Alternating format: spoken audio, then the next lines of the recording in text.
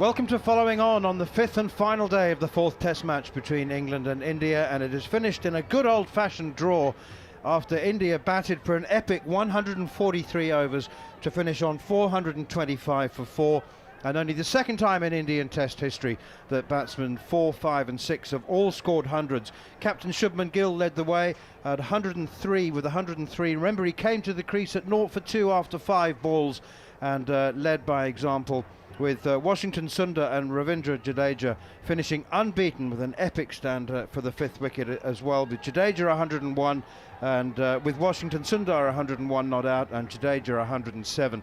England unable to take the wickets that they thought would come their way after 2 in the first 5 balls, but India showed incredible resilience and spirit and determination, and they now take the series alive to the fifth Test match at the Oval. Alongside us, Sid Mongia, who's been once again an epic, I've used epic 3 times now, an important and very, very welcome part of our commentary team. Sid, first of all, let's talk about this performance from India. I mean, I have to say that they, as toothless as they were with the ball, this has been a really, really memorable performance with the bat. Yeah, there were times in this Test match when we wondered if the team was fit enough, strong enough to play a 5-test series, because they were running out of bowlers, and they were, as you said, toothless. They were running out of any venom when they were bowling. So they needed their by now infamous batting depth to bail them out and take the series alive to the Oval, which they did, and it showed a lot of character and a lot of skill. First of all, it's a skill, it's a technique that allows you to play on for so long without making mistakes, which Gill and Rahul absolutely did. Shubman Gill enjoyed a little bit of luck, 2 drop catches. Sometimes it goes your way, sometimes it doesn't. In the first Test, it did not go India's way. Now it has evened out by going India's way. As we all say, luck evens out. It not always does. It doesn't always do that, but in this series, it has kind of done that. And India have got the break that they were due. Now it's up to them to find 3 or 4 strike bowlers going into the Oval and go out of here with 2 all, which would sound like a fair result for this series. Said it was quite farcical at the end, wasn't it, with the handshake and non-handshake, but it's 2 captains have to agree. That's one thing. Will there be anybody look sort of indifferently towards how the 2 players got to the 100? No, in fact, I have nothing. I don't see anything wrong in India batters, as we discussed live on air. They have fought through the day to save a Test match. They are on 80 and 89. I don't see anything wrong in them pursuing the milestone. What I see, on the other hand, wrong, where I think things are wrong, is the way England have kind of morally postured and shown this righteous attitude to tell them these hundreds are farcical. Who are they to tell them after they have worked so hard for a Test 100? Was Ben Stokes? These hundreds are actually harder and more earned hundreds than Stokes's in this match. He could have declared well before that. They had a big lead. He batted on for the 100. They could turn around and say, "This 100, why did you get that 100?" So if we keep on undermining each other's achievements, then there's no stopping. There's no end to that. Let's just be clear, when Ben Stokes took his cap off with the beginning of the final hour, 15 overs remained, and as Sid said, Ravi Jadeja had 89, Washington Sundar was on 80. Ben Stokes offered the draw, offered the handshake, and the batsman in the middle, the senior player, Ravi Jadeja, looked to the Indian change room, because as Harmy says, it's the captains who have to agree. And so I think it is evidently clear that it was Shubman Gill's decision, and he remained absolutely impassive. He did not say, "Yeah, take the draw, come in," and I think that was a statement of a man in his debut series as captain making a big statement, and it was like, "No, you've earned those hundreds, now get them." And if hundreds don't matter, if personal milestones don't matter, why do batters go back disgusted if it's 650 for 4 and they miss out on 100? If it's 650 for 4 in the first innings and they get out on 95, you've done your job. Why, if the personal milestone did not matter, then why were you so disappointed at getting out on that kind of a score? So it's just that, as we have also discussed earlier in the series, there are many things that should annoy cricketers, that should offend them, which downright bullying, downright cheating, appealing for catches you have not taken, appealing for LBWs that you know are not out, just in hope to get those wickets out when the other team is out of their reviews. So when you do all that, that does not offend you. After having played 36 hours of cricket, what's another 20 minutes? I just don't know why it offends them so much. Yeah, I agree. I mean, I agree. I think the spirit of cricket is only when you're on the wrong side of it. Yeah. 100%. I've always been a big believer of that. Shubman Gill was right in the press conference when he said England had 7 minutes and they only bowled 1 over. Questioned the spirit of cricket. I don't think this was a spirit of cricket thing. I think it was a captain basically saying to the two guys who have fought so hard, you can have your moment of glory. It came against Harry Brook, but who cares? You know, a special mention about the captain. I mean, what an innings that was. Absolutely. I mean, after fielding for 157 overs, I mean, you'll have wrote your column. All the former Indian cricketers would have been getting themselves ready with their pelters, and I would imagine he'd have been shining his crash at, ready for what was going to come if the narrative was going to be, and then to 2 for nothing to walk out in the middle and perform like that. That's a special sort of leader, isn't it? Especially when his team selections are under the scanner. He's in every test. Is it his teams or is it Gauten's teams? I don't think he wanted. I reckon I'm 100% convinced that he did not want Shadul Thakur to play in this game. Reveal your sources, Army. Well, I'm not. I'm just looking at the way he bowled him. Bowling 11 Yeah. overs out of 100 and plenty. I'm sorry, that's not a captain's pick. Yeah, I might not be able to write it, but yeah, I think he wanted Kuldeep Yadav in. But still, on the field, you don't go out and say, this is my team or his team. You fight for the team. You lead the team. At the end of the day, you're the captain. It goes. There's no stats guru column for coach, but there is for a captain. The loss goes under your name. And he went out, as you said, on the hat-trick ball. He gusted it out. And so he's actually temperamentally, he's very equipped to do nothing. Not a lot phases him. He's very even-tempered.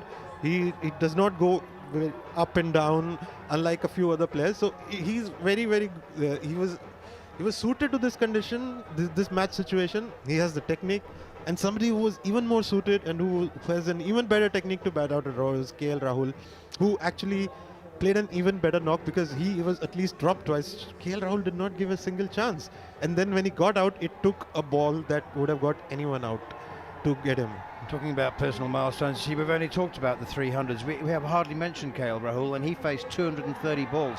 He did every bit as much and a little bit more than the last two who scored hundreds to save this test match. And the narrative around him, because in the last test, it was a human error, and any human can make that. In the last over before lunch, they decided they could maybe be a little more urgent and get to the 100, and Rishabh Pant got run out, and that proved to be a turning point in the match.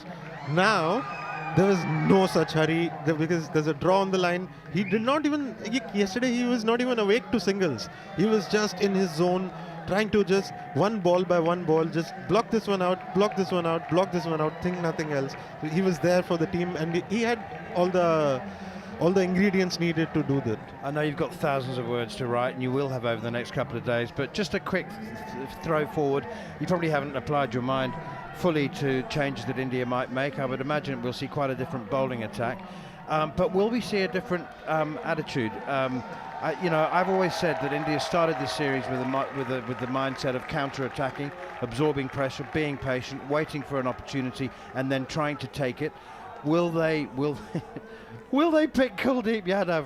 Will they pick Arshdeep Singh? Will Jasprit Bumrah play? They have to, haven't they? Jasprit Bumrah, it totally depends on how he feels and if he offers his services. And after Jasprit Bumrah, if he does, there is Akashdeep and Arshdeep who are most likely fit now. And then there is Siraj. So they have to look at Siraj and Jasprit Bumrah. Do they want to play? Are they fit enough to play to last 5 days on what I gather will be another flat pitch? Apart from that, if they are not, if only one of them is available, I think both Akashdeep and Arshdeep should come in, and also Kuldeep Yadav. That's your 4 strike bowlers, plus 2 all-rounders in Jadeja and Sundar. 6. Jurel comes in place of Pant. 7. And the top 4 remains the same. Said, how will this game be remembered? A great escape. And the fight to stay alive in the series. But not a. I mean, it was in the end. It was easy. You know, we love it when 9, 10, 11 have to do some of the fighting. They've escaped easily. Yeah, it was just that period before lunch, which I think got the better of Jaiswal and Sai Sudarshan, especially Sudarshan. He just made a premeditated leave and the ball caught the edge. Otherwise, this pitch had just gone to sleep. So, but at any given point of time, if you're 300 runs behind and you have to bat out four sessions to save the test match, it will be a great escape, even though in the end they made it look very easy. Right, well. Cheers, thank you. Thank you for your time. Cheers, Sid. See you in London. See you in London. Sid Monga has been a brilliant part of the commentary team and such a welcome addition to get the Indian perspective. You're listening to Following On as Harmy and I continue to look back and reflect on what has been a memorable test match. At times, extremely hard work, both for the players and for those of us describing it when not a lot was happening for long periods of time. But you know what? In years gone by, we used to enjoy encounters like this, attritional cricket with no quarter asked and none given. It's just we've been spoilt in recent years and in the last decade perhaps with the proliferation of positive results. We don't expect test matches to go to a fifth day, never mind the final session on the fifth day, and finish in a draw. It's the rarest commodity there is in test cricket, Harmy. As I said, you know, let's be honest, there were times when it was really hard work for the batsmen, for the bowlers, the fielders, and well, we had good crowds throughout the time at Old Trafford, but they too had to find their own entertainment at times. Yeah, they did. A few of them got thrown out. Some good fancy dress. Michael Van Gogh's younger brother got, very, very drunk. He must have been about 10 pints deep. But we've had everything, I think, this week. We've had a bit of drama. We've had a bit of calamity at the end. We've had some, punches thrown by each other. We've had some, harsh words said to each other. And I think what we've had is, two sides who are building up to a grandstand finish and a big finale. No series is still on the line going to the Oval. I think that's what we all wanted. Did we all see that at 10 minutes before lunch yesterday? No, none of us did. I think everybody thought that this game would have finished either yesterday or at least at lunchtime today, but fair play to India. It's been a monumental effort for them to save the game. Fair play to England for giving it everything they possibly could. I think both sides deserve a huge pat on the back. I question the surfaces again, and I'm sure Ben won't. He's standing doing the press conference in front of us. He might not say it. He might say it. He might not say it. But these pitches are England's kryptonite. They really are. I'm not going to go as far as to say they're embarrassing, but they're not far away because that's what England need. It's all well and good producing a pitch that will have good crowds, make a lot of money, and have I would say not bad entertainment. But you're then looking at trying to, are you looking to try and pick a different side? Are you looking to try and pick a side which is not the way Ben Stokes wants to play? So I think that's a fine balance between the ability to produce a surface for the money men, or the ability to produce a home surface which gives your home team a chance to win a game. Rewind back to countries we've been to. England played India in the first test match not long ago where Joe Root got 100, double 100, and then we played on absolute rage and turners for the next 4 test matches, and we lost 4-1, 3 or 4-1. That was two times ago. We went to Pakistan. We played on an absolute flat one in Multan and bossed the game. What happens? We play on the same pitch 4 days later, and all of a sudden England lose. That's home advantage. What we're getting here, I don't think, is home advantage. I really feel strongly about it. If you're playing at home, you have home advantage, and I don't think our surface is so far. I think Headingley was bearable just, but these last 3 are they really are England's kryptonite. Harmy, there were some fantastic batting performances. I mean, this was England's 5th highest total. The Crawley and Duckett with an opening stand of 166. Joe Root's 150. I feel sorry for them. And Ben Stokes with his magnificent 15th Test century, 141. But given the conditions, It was the bowlers who needed to stand up, and Stokes did it, and he's the man of the match, unsurprisingly. I think as much for his 5-wicket haul, which was absolutely brilliant. And you know, if England are going to carry on playing on these flat pitches, if they're going to carry on preparing pitches like this, then different skills are required, aren't they? Reverse swing, we didn't see very much of that at all. No, we're not, because as we're looking now, there's the groundsman watering all the square, and he's even watering the pitch. I mean, I can't know who Lancashire play. Lancashire play Derbyshire on Tuesday or Tuesday. Looks as though they're going to play on that. I'm sorry, Mickey Arthur, but hey, get in early, Mickey. If you're listening to this, great friend of the show, bring 3 spinners, because that's what it looks like you're going to play on, because everything else seems to be underprepared. So, I mean, we can't get reverse swing because the outfields are lush. You know, we've got a pitch which isn't bouncing that much. We're trying to play a brand of cricket which is on the front foot. We're trying to play fast bowlers. Brydon Carter's bowling ball halfway down, and it's just dribbling to Jamie Smith. Jofra Archer's doing the same. You know, Ben Stokes bowled heroically in the first innings, and you could see, you know, these guys are tired, yes, but you can just see that. I mean, there's nothing there for them. You know, give them something to go at, give them something to go with, and they'll perform. I mean, there's been some brilliant batting. I don't think either side deserved to be on the losing side. Root didn't deserve to be on the losing side. Stokes definitely didn't deserve to be on the losing side, being only the 4th person, you know, the first England captain to get 100 and a 5-for in the same game, as well as I don't think Shubman Gill deserved to be on the losing side. Neither did Gill and Rahul. So a draw probably was a fair result all over 5 days. You know, what people haven't thought about is if we had another day here, you'd say India were going to win. You'd argue that India could win because they could get 150 in front, 180 in front, and if it starts spinning with Sundar and Jadeja, you'd have possibly said. Who says that it would start spinning on day 6? It may have needed day 8. Possibly day 8, but well. Yeah, but look, it's been another interesting Test match in what has been a great series. Forget this, whether this series ranks with any others. It's been another excellent series, excellent Test match with a bit of needle, with excellent skill levels with a bat. I don't think the bowling has been up to its Stokes apart in this Test match to the rest of the series, because I think there's been some better bowling the rest of the series. Our spin would worry me a little bit in such a way that when everybody's been clamouring, I'm pleased that Liam Dawson's got a game.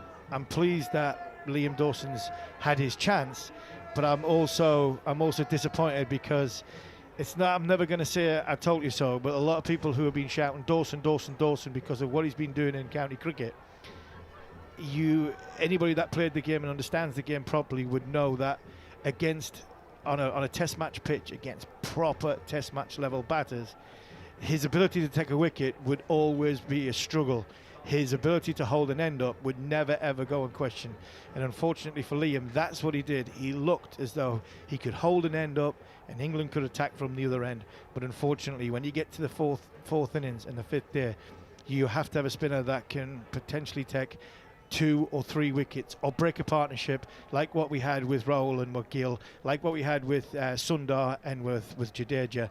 And unfortunately for Liam, he didn't have that X-factor ball to just break that partnership up. He bowled very, very well, but he didn't bowl what we need him to have, the skill sets he has. And they talk about Bashir. When they talk about Bashir goes at 5 and 6 and over, but Bashir bowls wicket-taking balls. That's why Ben Stokes likes him. That's why Rob Key and Brendan McCullum like him. And he's a work in progress. Liam Dawson, unfortunately, the other way, he has had his work in progress. He knows his game. His game is limited in the wicket-taking stakes. And I think, unfortunately for Liam, over the course of these 5 days, he probably, if they were thinking about going to Australia, they might have to revisit that and look and think, we might need somebody else to go and bat at that number 8 and bowl the spin, because from a wicket-taking point of view, I don't think he really looked that threatening. Yeah, he's gone for 2 and over, Liam Dawson. 47 overs, 11 maidens, none for 95. But it was wickets that were required on the 5th day. There is, of course, Rian Ahmed, who scored 4 championship hundreds and took 13 wickets in Leicestershire's win a couple of days ago. That is quite an all-round performance. I wonder whether they might go back. He bowls wicket-taking balls. Tom Hartley the same. You've got Carson down there. All these guys are the same. But at the end of the day, a bit like what Liam was before this Test match, sometimes you're a better player when you're not playing. Yeah. And don't have a go at Shoaib Bashir and make your mind on Shoaib Bashir too much, because for me, he bowls wicket-taking balls and he's a work in progress.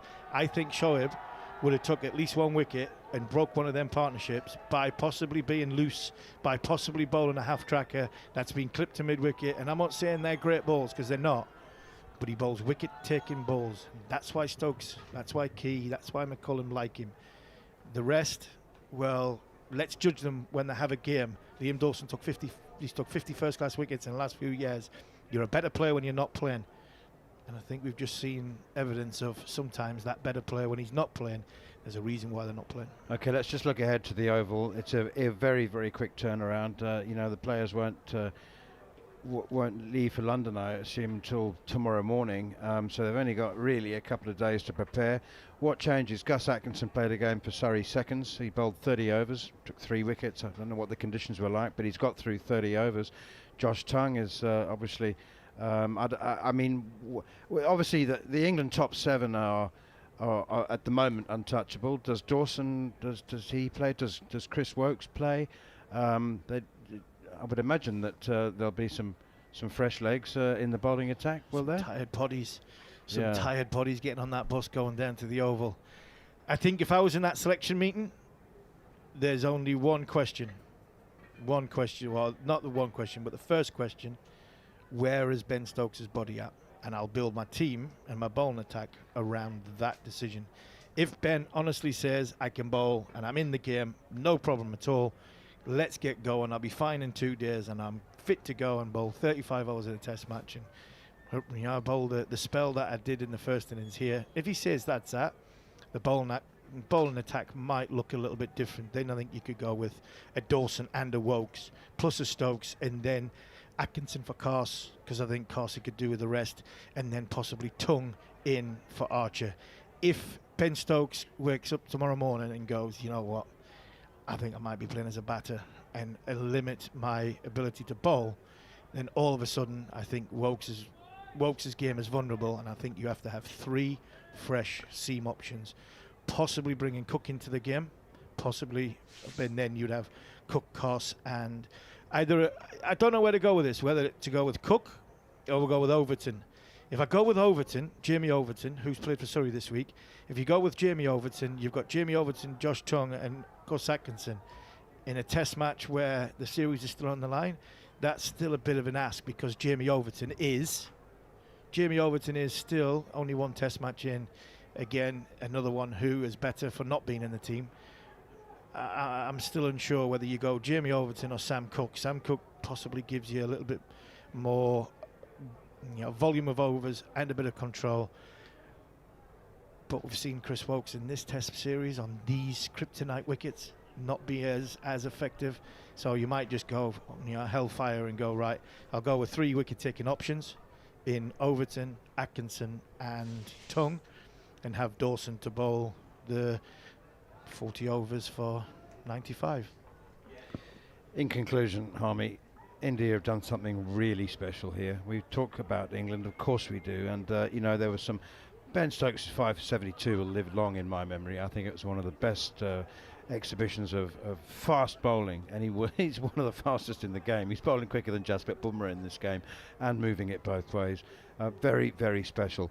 But, as I said, I feel for him, I feel for Joe Root, these great performances, and there were great performances, not ending up in a winning effort. But India have done something very, very special and need to be applauded. Oh, 100% applauded. 100% applauded. I think we just took a little bit of gloss off it at the end with the farcical way that the 2 lads got to 100, but that's a monumental effort. I mean, all 4 the Centurions. If they'd walked off at 80 and 90 each, and then the 200 that's going, then this Test match I think would have gone down as a very, very special Test match, like it did in 05 when we got to the final ball in the third test in Manchester then. But I think it just took a little bit of a shine off that farcical last 15 minutes. It really did, because I didn't think the series needed that. I didn't think it needed that. I think it was just starting. And I'll bring the two umpires in on this, because I think the umpires managed this game brilliantly, and I think it was a game which was a series which could have boiled over, and volatility could have been through the roof if Rifle and Shafadullah had been in charge. But because the way Hassan Raza and Rod Tucker had controlled this game, I think if they had walked off it 15 overs to go and everybody shook hands, I think we'd have been talking about a test match which for years to come would have been, yeah, this was a great test match. I think the gloss was taken off in the last 15 minutes. You're listening to Following On with me, Neil Manthorp, along with Double Ashes winner Steve Harmison. And a reminder that we'll be back with more ball-by-ball commentary on Thursday, with a half-hour build-up at 10:30 a.m. Game starts at 11. The fifth test between England and India from the Kia Oval. And reminder, that's for overseas listeners on the talkSPORT Cricket YouTube channel. So make sure you head over there and subscribe. Hope you've enjoyed the action as much, or even, if not more, than we have over the last 5 days. And we'll be back on Thursday. Talk to you then.